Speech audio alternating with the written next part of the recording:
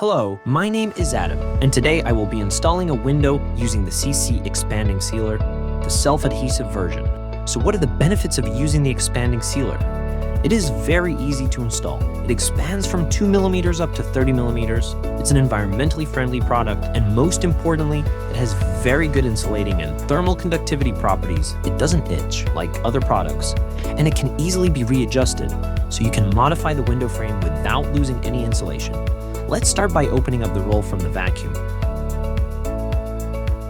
I'm going to cut off the first 1 to 2 centimeters from the roll to get a straight edge.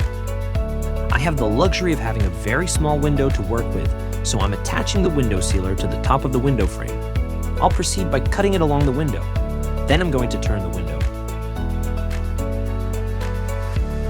and apply the sealer to the bottom part.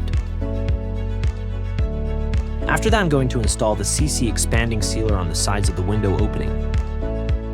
It's important to ensure that the insulation strip goes up towards the edges of the window opening. Are you going to be using a frame and leveling screw? Do this. Put the window sealer on the side of the window frame over the leveling screws. You can cut out a hole for the screws, or you can, depending on the leveling screw, drill straight through the sealer. I'm using the CC expanding sealer to install a window, but there is many more applications. You can use it for doors or any small or big hole that needs to be insulated, modular construction, and prefabricated houses, movement joints. Whenever there's a gap that needs to be insulated, I continue by placing the window in the opening.